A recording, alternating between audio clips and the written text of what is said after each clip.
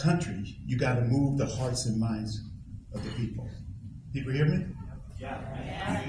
It's a very important thing.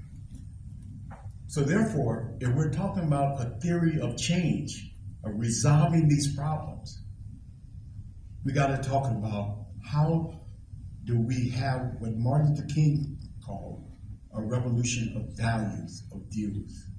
The ideas that permeate this society, that prevails in this society, are ideas that justifies human misery and poverty in the midst of plenty. Huh? We hold these truths to be self-evident. Y'all hear me? Everyone is equal. I'm paraphrasing. They are endowed by their Creator with certain unalienable rights. And among those rights is a right to life, liberty, and the pursuit of happiness. Huh? But how can you have a right to life if you don't have a right to food, a right to a house, a right to health care? Huh? We live in the richest country in the world, yet we don't have these basic needs and rights. Every movement in the history of this country has always been a movement to expand this notion of rights, of human rights. And this movement has to be a continuation of that history because it touches on core values of the people that we're talking about. If you're going to change the minds of the people that we're going to organize, you got to know how they think. And these are core values that are expressed even in the founding creed of this nation. The right to life, liberty, and pursuit of happiness. Rights that are ordained by our Creator. These are notions in the thinking of the American people.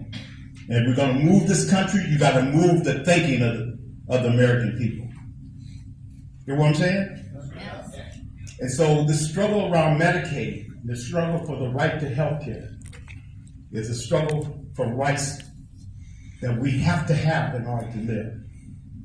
And there's no reason why we shouldn't have it, because this country has the productive capability to provide everybody with what they need. And yet people are making money because they put money first and not people first. Huh? Now, how do we change people's minds? And I'll stop here because you can see I'm getting ready to preach. How do you change people's minds? How do you solve the problem? How do you bring about the implementation of the theory of change? 3 things you got to do. And I want people to take notes. Y'all got your pencils? I got my video. 1, organize. Y'all ready for the second one? 2, organize. 3, organize.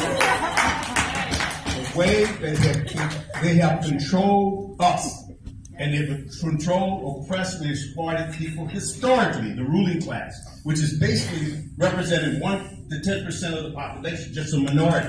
The way they control the majority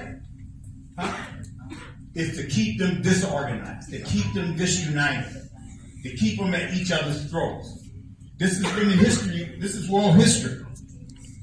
But we have an opportunity today, if we learn from history, to reverse that history. It's very important.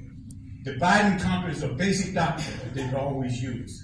And they've always emphasize our differences and covered up or de-emphasize what we have in common. I'm a black man. I'm a woman. I'm a this. I'm a that. And they emphasize it. And they don't really underscore what we have in common. We're human beings with families, with kids. That's not the story that's told. But this movement is about telling untold stories. They pay billions of dollars to not have our stories told. I want to hear your story. You want to hear my story? Yes. I want to hear your story because it's never told. Yes. Why? Because it's powerful. Our story is everybody's story that we're trying to unite. People hear me? Yes, that's right. So I'm going to stop with that and just end with what the Homeless Union slogan that we live by, and I think it's something that all poor folks got to live by, is that freedom ain't free, y'all. That's right. That's right.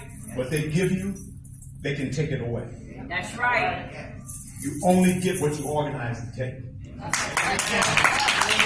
only get what you organize to take. Can people repeat? You only get what you organize to take. You only get what you organize to take. All right, keep on keeping on, y'all.